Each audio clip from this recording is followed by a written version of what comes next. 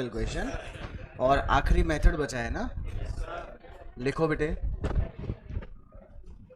When the business, अरे पवन एक बार वो कंफर्म कर लेना जो मैं कल बोला था ना तुम्हारे को, लेक्चर्स जिसकी बात हुई थी, वह कंफर्म कर लेना है ना।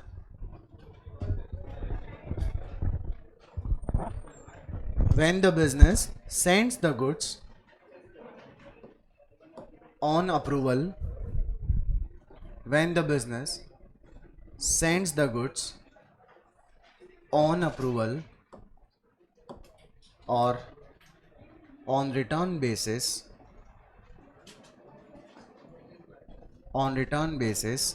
numerously,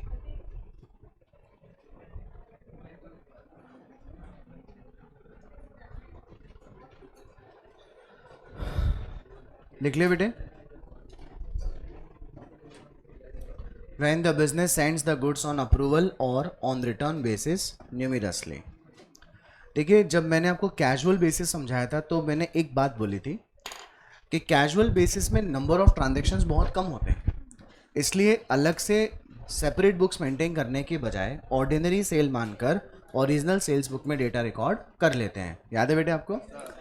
कल हमने डिस्कस ये किया था कि अगर नंबर ऑफ ट्रांजैक्शंस फ्रीक्वेंटली किए जा रहे हैं तो ये तो पता है कि जब अपन लोग ट्रांजैक्शन करते हैं सेल ऑन अप्रूवल का, तो उसमें इमीडिएटली ओनरशिप क्या है वो ट्रांसफ़र नहीं होते।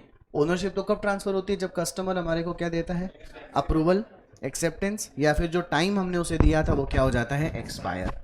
तो ऐसी कंडीशन में जब बहुत सारे ट्रांजैक्शन हो रहे होते हैं तो it is always better to keep the record on memorandum basis. कल कॉपी में आपको लिखवाया था कि मेमोरेंडम बेसिस पर बुक्स मेंटेन की जाती है। दो हिसाब मेंटेन होते हैं, एक तो जर्नल पे और एक लेजर में। एक बनती है सेल और रिटर्न डे बुक, जिसमें कितने कॉलम होते हैं, 4। सेल और रिटर्न या फिर गुड्स सेंट ऑन अप्रूवल, दूसरा गुड्स एक्सेप्टेड यानी कि सोल्ड, तीसरा रिटर्न और फोर्थ बैलेंस। ये सेल और रिटर्न डे बुक बनाने के बाद में एक गुड्स ऑन अप्रूवल लेजर बनती है बेटा। गुड्स ऑन अप्रूवल लेजर में क्या होता है, फटाफट बताओ। क्या हम लोग 2 लेजर अकाउंट बनाते हैं? 2 मतलब कस्टमर्स के इंडिविजुअल अकाउंट बनते हैं, और एक बनता है goods on approval total account, या फिर सेल और return total account. Total account होना बहुत ज़रूरी है। तो अपन को आइडेंटिफाई हो जाएगा कि हम कौन से बेसिस पर रिकॉर्डिंग कर रहे हैं, फ्रीक्वेंट बेसिस पे। बात समझ में आई बेटा? अब जब हम बात करते हैं न्यूमिरस बेसिस, तो न्यूमिरस का मतलब क्या हो गया, उससे भी ज़्यादा हो गए कि नहीं हो गए बेटा? जब कभी किसी बिजनेस का प्रोडक्ट इस बेसिस पर ही बिके कि मैन्युफैक्चरर गुड्स की मैन्युफैक्चरिंग करेगा, आगे वो किसको सप्लाई करेगा, होलसेलर को। होलसेलर इसी कंडीशन पे गुड्स खरीदेगा मैन्युफैक्चरर से कि वो पहले गुड्स आगे किसको सप्लाई करेगा, रिटेलर। रिटेलर अगर कस्टमर को बेच पाने में कैपेबल है तो ऐसी कंडीशन में रिटेलर किसको एक्सेप्टेंस देगा, अपनी होलसेलर को, और होलसेलर किसको एक्सेप्टेंस देगा, मैन्युफैक्चरर को। तो बिजनेस का मॉडल ही कुछ इस तरह का हो गया कि माल बिकेगा, बाद में पहले जाएगा अप्रूवल पे। बात समझ में आई बेटा? अब ऐसी कंडीशन में भी आप क्या नहीं करेंगे, ओरिजिनल सेल्स बुक में इसका डेटा रिकॉर्ड नहीं करेंगे। यहाँ पर भी रिकॉर्डिंग किस मैनर में होगी, मेमोरेंडम मैनर में। किस में होगी बेटे? भाई ओरिजिनली तो कब करते हैं, केवल कैजुअल बेसिस में। फ्रीक्वेंट में और न्यूमेरस में हमेशा किस पे करते हैं, मेमोरेंडम में। फटाफट लिखना शुरू करो। In this case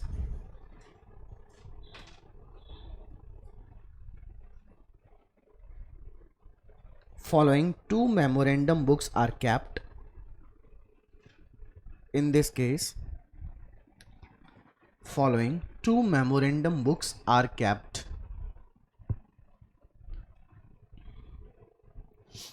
Number 1, cell और रिटर्न डे बुक, सेल और रिटर्न डे बुक। नंबर 1 हो गया बेटा ये।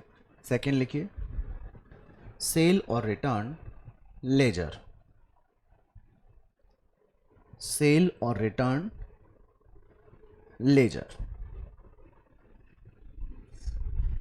तो मैं क्या बोला आपको, मेमोरेंडम बेसिस पर भी डेटा रिकॉर्ड होगा जिसमें कितनी बुक्स मेंटेन होंगी, 2। पहली सेल और रिटर्न डे बुक, दूसरा सेल और रिटर्न लेजर। बेटा वहां पर भी तो कल क्या थी, सेल और रिटर्न डे बुक थी, और वहां पर भी गुड्स ऑन अप्रूवल लेजर था। यहाँ पर डिस्टिंग्विश करने के लिए सेल और रिटर्न डे बुक तो बोला, लेकिन वहां गुड्स ऑन अप्रूवल लेजर के बजाय क्या बोल दिया गया, यहाँ सेल और रिटर्न लेजर। लिखो नंबर 1, सेल और रिटर्न डे बुक। सेल और रिटर्न डे बुक, इसमें लिखिए बेटे, when the goods are sent on approval basis, when the goods are sent on approval basis,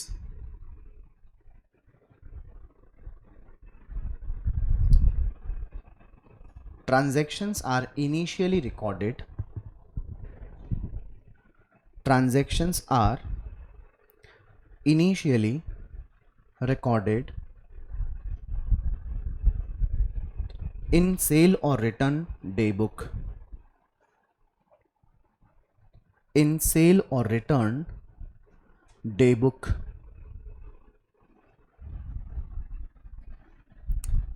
For this purpose, following entries are passed. For this purpose, following entries are passed.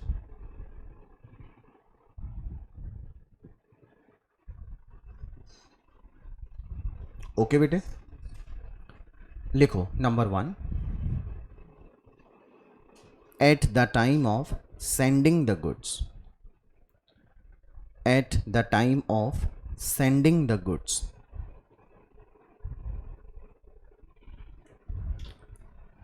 Entry लिखिए, trade receivable account debit to sale और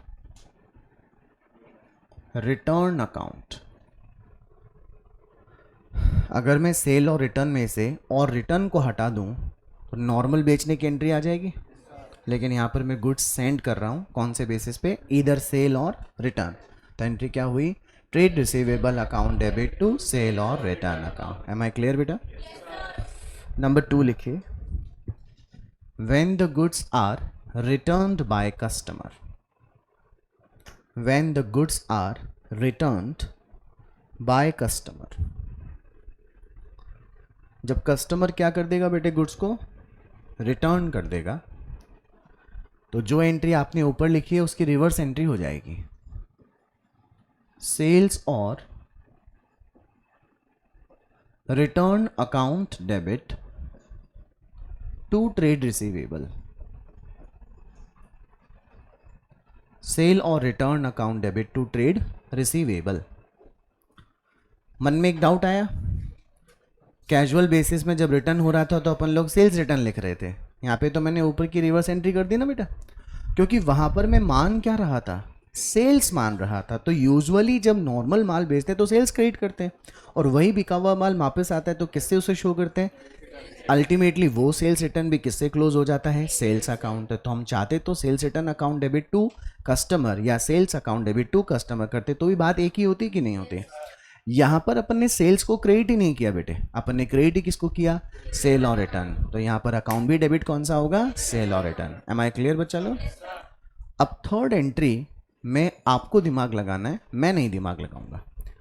पहली entry किस चीज की हुई, when the goods are sent, दूसरी entry किस चीज की हुई, when the goods are return, third लिखेंगे when the goods are accepted by customer, when the goods are accepted by customer।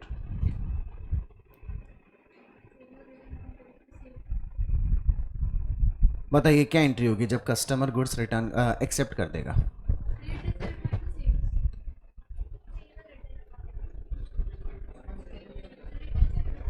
No entry will be passed, no entry will be passed, क्या होगी, कहाँ होगी, वो तो मैं ऑलरेडी कर चुका हूँ, ट्रेड रिसीवेबल डेबिट।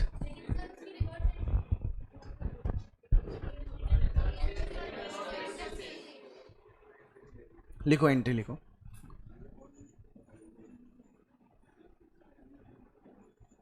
सेल्स और return account debit to trade receivable account.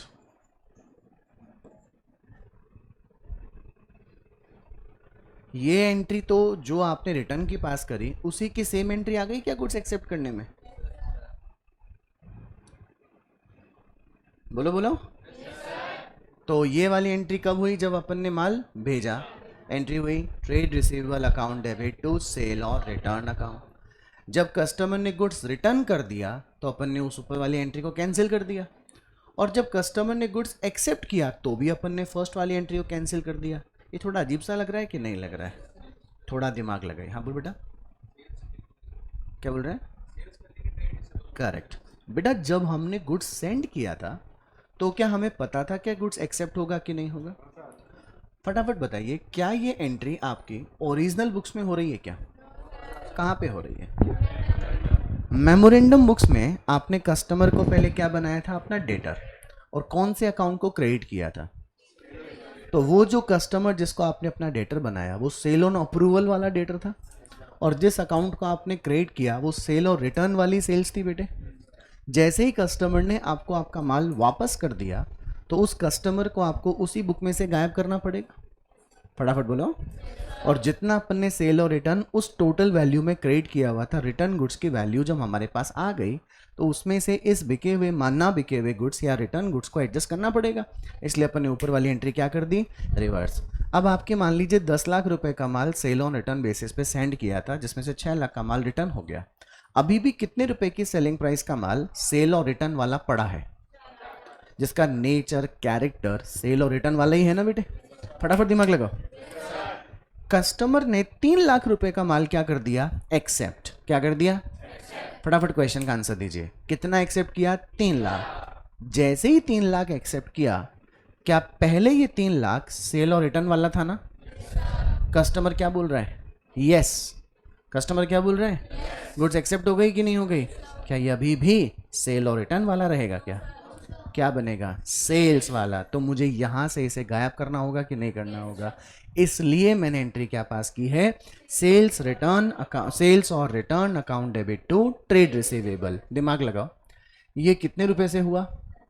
10 lakh. ये कितने से हुआ? 6 लाख। बात समझ में आ रही है? कितना माल अभी भी सेल और रिटर्न वाला पड़ा था? कस्टमर ने कितने रुपए का माल एक्सेप्ट कर लिया? देखो, credit by 10 lakh, debit bye 9 lakh, यानी अभी भी 1 लाख रुपए के गुड्स का नेचर ऐसा है जो सेल और रिटर्न बेसिस वाला ही कस्टमर के पास पड़ा हुआ है। फटाफट बोलिए। पक्का क्लियर हो गया? अब व्हाट अबाउट दिस 3 लाख? अब मुझे इसे अपना ओरिजिनल डेटर बनाना चाहिए कि नहीं बनाना चाहिए? मेमोरेंडम बुक में लिखूं या ओरिजिनल सेल्स बुक में लिखूं? क्या बनाऊं? डेटर को डेटर बना लूं, कस्टमर को डेटर बना लूं बेटा? Trade receivable account debit 3 lakh. फटाफट बताओ, टू सेल्स या सेल और रिटर्न? शाबाश, दिमाग लगाइएगा। आपने जिस कस्टमर को पहले डेबिट कर रखा था उसे यहां से गायब कर दिया कि नहीं कर दिया? और उसे कहां पर लेकर आ गए?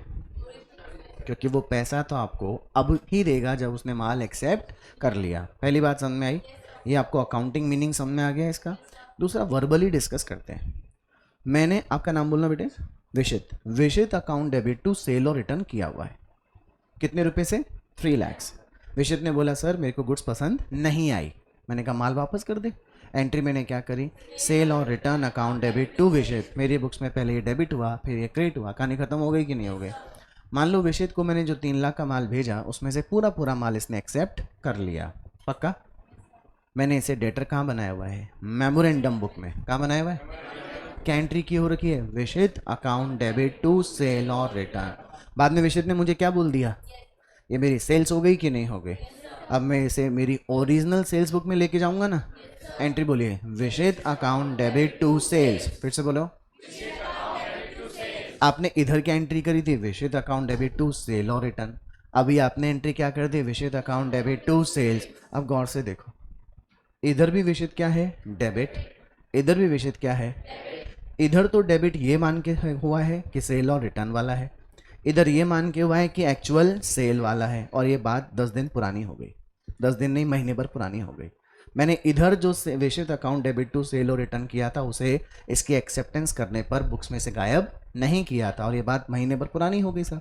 अब मैं 1 महीने बाद जब मेरी मेमोरेंडम बुक्स देख रहा हूँ और मैं मेरी ओरिजिनल बुक देख रहा हूँ तो मुझे विषय दोनों जगह दिखाई दे रहा है कि नहीं दे रहा है? इसका मतलब मेरी खोपड़ी ये काम कर रही है कि मेरा 3 लाख रुपए का माल अभी भी किसके पास पड़ा हुआ है? विशिष्ट के पास, जो कौन सा है? सेल और रिटर्न। और इधर देखता हूँ, इसका मतलब मुझे विशिष्ट से 3 लाख रुपए का पैसा लेना है। बताइए, माल भी लूंगा और पैसे भी लूंगा 3 लाख रुपए। एक ही जगह डेटर बनेगा कि नहीं बनेगा? पहले आपने इसको डेटर कहाँ बना रखा था? मेमोरेंडम बुक में।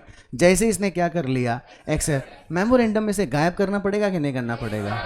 और कहाँ पे लाना पड़ेगा? एक्चुअल। बात समझ में आई?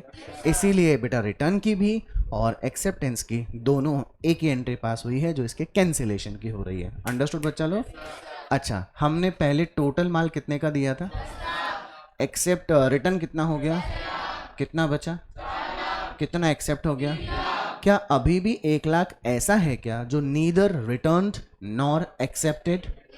तो उस 1 लाख का नेचर, कैरेक्टर अभी भी सेल और रिटर्न वाला ही है क्या? अभी भी सेल और रिटर्न अकाउंट का बैलेंस 1 लाख ही आ रहा है कि नहीं आ रहा है? और जैसे ही फ्यूचर में वो 1 लाख भी या तो क्या हो जाएंगे? रिटर्न, या तो क्या हो जाएंगे? सेल्स और return account debit to trade receivable होकर जीरो हो जाएगा क्या? और अगर वो क्या हो जाते हैं? एक्सेप्ट, तो भी मुझे जीरो करना पड़ेगा। क्यों? क्योंकि वो सेल और रिटर्न वाला नहीं है। मेरी बात समझ में आ गई क्या? 100% क्लियर? एक लाइन छोड़कर लिखिए, सेल और रिटर्न लेजर, सेल और रिटर्न लेजर। इसमें लिखो बेटा, after recording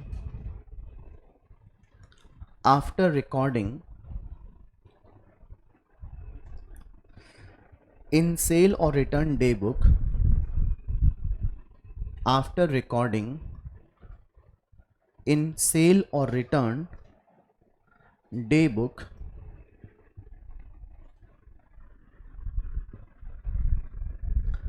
sale or return ledger is maintained.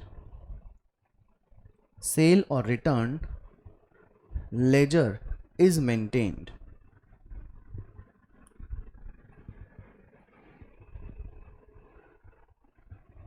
In this book, individual customers account,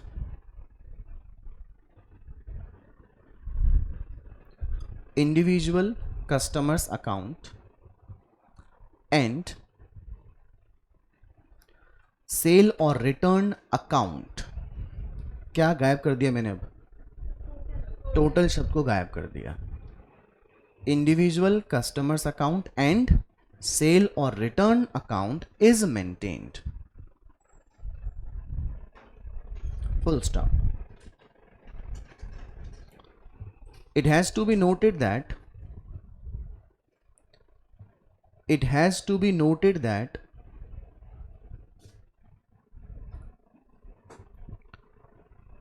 the balance of sale or return account, the balance of sale or return account should be equal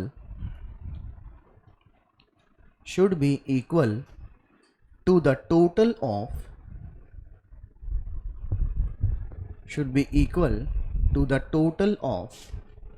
debit of all customers account, full stop.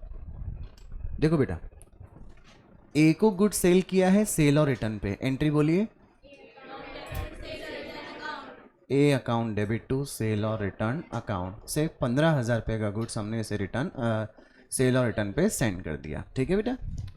B को, B account debit to sale और return account, इसे मैंने 25,000 का goods जो है sale on approval basis पे send किया है। C account debit to sale और रिटर्न अकाउंट, मान लीजिए कितने रुपए का है? 20,000 रुपये का। एम आई क्लियर बच्चा लोग? हाँ जी, ए ने सारा गुड्स रिटर्न कर दिया, बोलिए एंट्री करनी पड़ेगी क्या? एंट्री बोलिए, सेल और रिटर्न अकाउंट डेबिट टू ए, कितना रुपीस? बेटा बी ने सारा गुड्स एक्सेप्ट कर लिया, सेल और return account debit to B, कितना रुपीस? सी ने ना हाँ बोला है और ना ही ना बोला है, और अभी भी डेट ऑफ रिटर्न गुड्स जो है वो एक्सपायर नहीं हुई। अब अपने को इन सभी जर्नल एंट्री से क्या बनाने होंगे बेटे? Ledger account. लेजर में कितने कस्टमर के इंडिविजुअल अकाउंट बनेंगे? ए का, बी का और सी का, और एक क्या बनेगा? सेल और रिटर्न अकाउंट, है ना बेटा?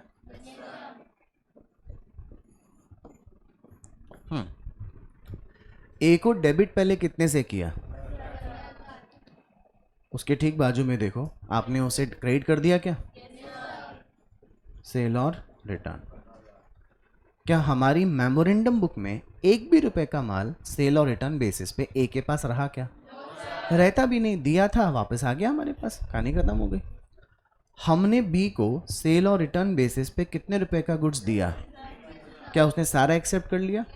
तो हमारा एक्चुअल डेटर बनेगा ना, तो अब मेरे को एक्चुअल बुक्स में एंट्री करनी पड़ेगी, B account debit to sales, वो मैंने कर दी होगी। मैं तो फिलहाल आपको ये वाला टॉपिक पढ़ा रहा हूँ, इस पर ध्यान दो। इसकी भी कैंसिलेशन की एंट्री पास होगी, कितना rupees? Am I clear?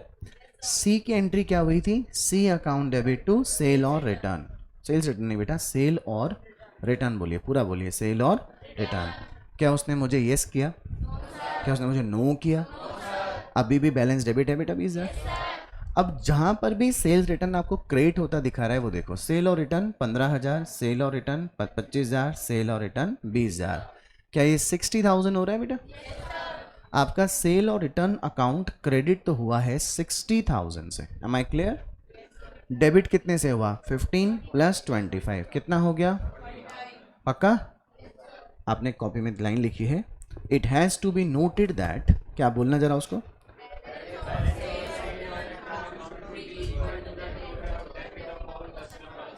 The balance of sale और return account should be equal to the debit of all individuals customers account. Debit का टोटल आना चाहिए। क्या इसके डेबिट क्रेडिट में कोई बैलेंस बचा? क्या इसके बचा? इसके बचा क्या? इसके अकाउंट का बैलेंस कितना है? इस अकाउंट का बैलेंस देखो कितना है, यही 20,000 सेल और रिटर्न वाला ही बचा है कि नहीं बचा है? क्योंकि सी ही एक ऐसा आदमी है जिसके पास हमारा सेल और रिटर्न वाला माल पड़ा हुआ है, जो कि कितने रुपए का है? 20,000। तो टू बैलेंस सीडी इधर कितना आएगा? 20। इधर बाय बैलेंस सीडी कितना आएगा? 20। ये दोनों आपस में मैच होंगे कि नहीं होंगे? C is the only customer who has some goods of us sold on approval or return basis. That's why the total of sale or return should be equal to the rupees 20,000. Am I clear बेटा? कैसे identify होगा? Cell और return account बनता है। क्या बनता है? Goods on approval day book, जिसमें सोल्ड और रिटर्न सोल्ड का कॉलम मांग ले, वो तो हो गया फ्रीक्वेंट बेसिस। सेल और रिटर्न टोटल अकाउंट मांग ले, वो कौन सा हो गया? Frequent basis. न्यूमरस में केवल क्या मांगेगा? सेल और रिटर्न अकाउंट। अंडरस्टूड बच्चा लो? Last question from this chapter, practical question number 1। Exam में 2 टाइम आया हुआ है, पार्टी का नाम चेंज हो गया था, वैल्यू चेंज हो गई थी। एक बार तो क्वेश्चन एज इट इज आया हुआ है, दूसरी बार नाम चेंज होकर आया था। प्रैक्टिकल क्वेश्चन नंबर 1 को पढ़िए जरा। A firm sends goods on sale और return basis, customers having choice of returning the goods within a month. कितना टाइम दिया जाता है उन्हें? 1 महीना। During the month of May 2020 the following are the details of goods sent. Date है 2, 8, 12, 18, 20 और 27 में बेटा। कस्टमर का नाम है PBQDER। वैल्यू गिवन है 15,000, 20,000, 28,000, 3,000, 1,000 और 26,000। ध्यान से पढ़िए इसको। With in the stipulated time, जो मोहलत दी गई थी, P एंड Q को तो अकल आ गई बेटे, उनको लगा कि गुड्स हमारे काम का नहीं है, so they return the goods.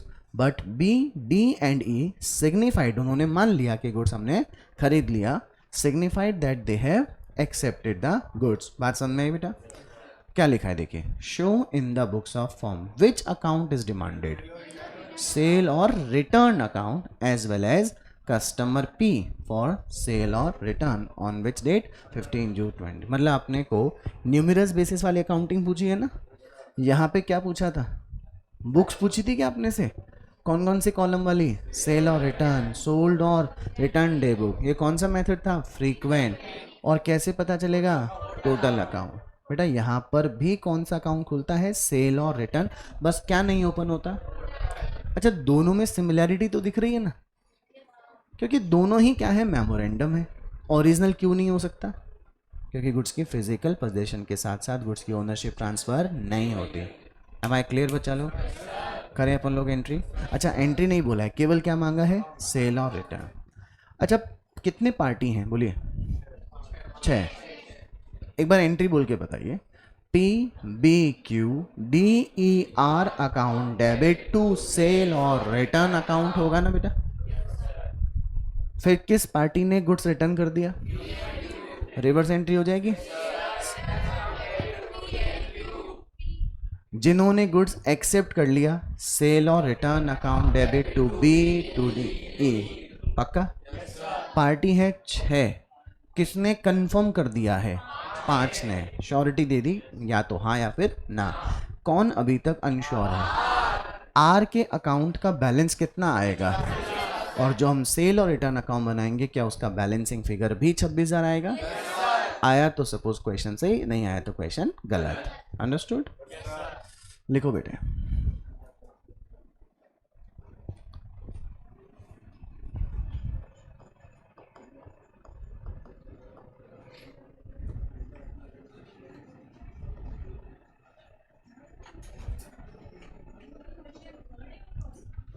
Sorry, first practical question.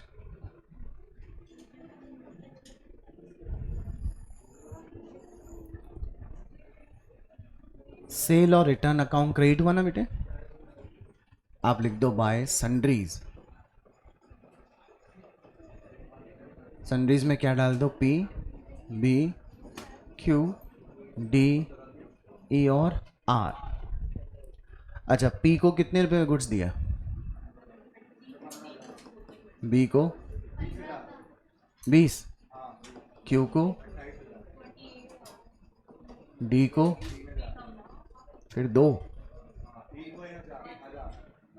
ई को 1,000 और इसको 26,000। फटाफट टोटल बताओ।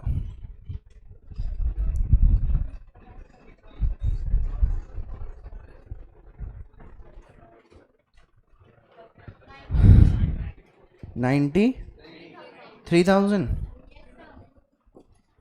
मतलब एंट्री हुई होगी P B Q D E R account debit to sale और रिटर्न अकाउंट। तो by P by Q by D लिखने के बजाय बाय सन्ड्री बोलकर मेंशन कर दिया अपन ने। अच्छा किन 2 पार्टी ने गुड्स वापस किया है, तो इनका जो कैरेक्टर सेल और रिटर्न वाला था वो हटाना पड़ेगा ना बुक्स में से। सेल और return account debit to P और टू क्यू होगा बेटा, तो यहाँ पे क्या लिख दो, टू सन्ड्रीज। लेकिन ब्रैकेट में जरूर लिखिएगा क्या, रिटर्न। कौन सी 2 पार्टी हैं, पी और क्यू। पी के आगे, क्यू के आगे, क्या ये 43,000 हो गया बेटा, द टोटल इज 43,000। अभी कौन सी पार्टीज ने गुड्स एक्सेप्ट कर लिया, तो हम एंट्री करते सेल और return account debit to B to D to E ना बेटा। अपन इधर बी डी और ई, बी के 20,000, डी के कितने और ई का 1,000। क्या ये 24,000 हो गया बेटा। Total of goods accept is 24,000 rupees. अच्छा किसको अता पता नहीं है अभी, तो इसका 2 बैलेंस सीडी आएगा क्या। और ये तो बैलेंस सीडी निकाले बगैर ही हम लोग यहाँ देख लेंगे कि 26,000 ही आएगा। और आपको तसल्ली करनी हो तो आप total of credit minus total of debit करके देख लेना।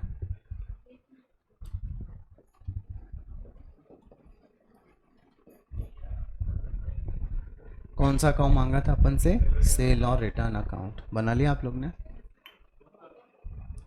बना लो।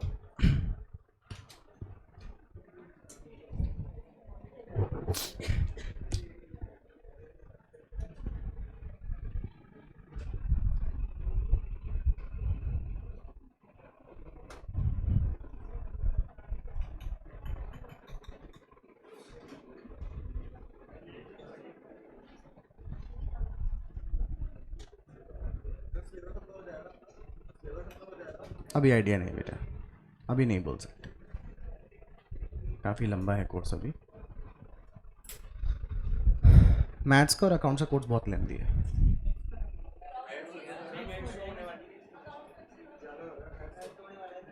मैथ्स हो, अच्छा ऑब्जेक्टिव पैटर्न है ना आपके? हाँ यस यस यस, ये ऑब्जेक्टिव होता तो भाई मुझे सिर्फ कॉन्सेप्ट सिखाना होता, शॉर्टकट सिखाने होते, खटाखट आप लोग क्या कर लेते क्वेश्चन। भाई इस क्वेश्चन को करने में 10 मिनट लगे ना, आप लोग 10 मिनट में तो कम से कम अकाउंट्स के 40 से 35 क्वेश्चन कर चुके होते ऑब्जेक्टिव होते तो, क्योंकि आपको क्वेश्चन में शॉर्ट ट्रिक सिखा दिया होता मैं। बट ऑब्जेक्टिव सब्जेक्टिव में थोड़ा टाइम लगता है, वर्किंग नोट्स बनाना। डेप्रीशिएशन देखो कितना बड़ा लगा था, कितने सॉरी ढेर सारे वर्किंग नोट, कंसाइनमेंट में ढेर सारे वर्किंग नोट। फाइनल अकाउंट्स, हाँ जी ये कर लिया आपने। अब अपने से एक अकाउंट कौन सा मांगा है? P account. बेटा अपन पी अकाउंट के साथ साथ आर का अकाउंट भी बनाएंगे, ठीक है? लेकिन उसे सॉल्यूशन का पार्ट मत मानना और एग्जाम में लिख के ही मत आना। जब अपन ने पी को गुड सेल किया था तो एंट्री क्या हुई थी? P account debit to sale और रिटर्न हुआ था ना?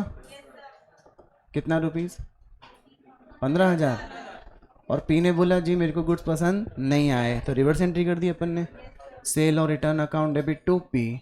तो बाय क्या कर दें? बाय, जो कितना हो गया? 15,000। ये तो क्वेश्चन के सॉल्यूशन का पार्ट है बेटा। मैं तो मेरी तरफ से ही आपको बता रहा हूं कि जैसे मैंने कहा था ना कि नोट लिखवा कर कि इंडिविजुअल कस्टमर के डेबिट अकाउंट का जो टोटल होगा वही सेल और रिटर्न अकाउंट का टोटल होना चाहिए या बैलेंस होना चाहिए। अपन ने जब आर को गुड सेल किया होगा तो एंट्री क्या थी? R account debit to sale और रिटर्न, जो कितने रुपीस का था? इसने ना एक्सेप्ट किया ना ही हमारे को गुड्स रिटर्न किया, तो बाय बैलेंस सी डी 26,000 आया बेटा। यही बैलेंस आपके किस अकाउंट का भी आ रहा था? सेल और रिटर्न। तो आप लोग आर अकाउंट बनाओ तो ठीक, ना बनाओ तो ठीक, सॉल्यूशन यहाँ पर ही करके आना एग्जाम में। क्या बोल रहे हो? मेरे पास समय था आज, मैं आज बहुत कुछ लिखने के मूड में हूँ इसलिए मैंने बना दिया। सब बोल चुका होता हूँ मैं, लेकिन पता नहीं तुम कौन से ख्याल में रहती हो। मैंने बोला ना अभी कि भाई आर इसलिए बना के दिखा रहा हूँ ताकि ये बात प्रूव हो जाए कि जो इंडिविजुअल कस्टमर अकाउंट का टोटल होता है वही किसका टोटल हो? सेल और रिटर्न। कहीं खोई भी रहती हो ना, है ना?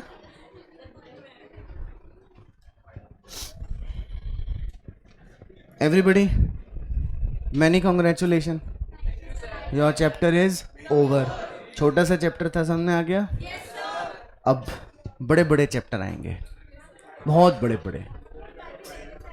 फाइनल अकाउंट्स, इन्वेंट्री वैल्यूएशन, फिर आपका फेवरेट पार्टनरशिप आती है ना आपको? पार्टनरशिप आई लास्ट सो मैनी क्वेश्चंस। फिर कंपनी। अच्छा अच्छा अच्छा, पार्टनरशिप तो आप मुझे पढ़ाओगे ऐसे ऐसे? आप फाउंडेशन में हो तुम, 12th वाली थोड़ी है इधर।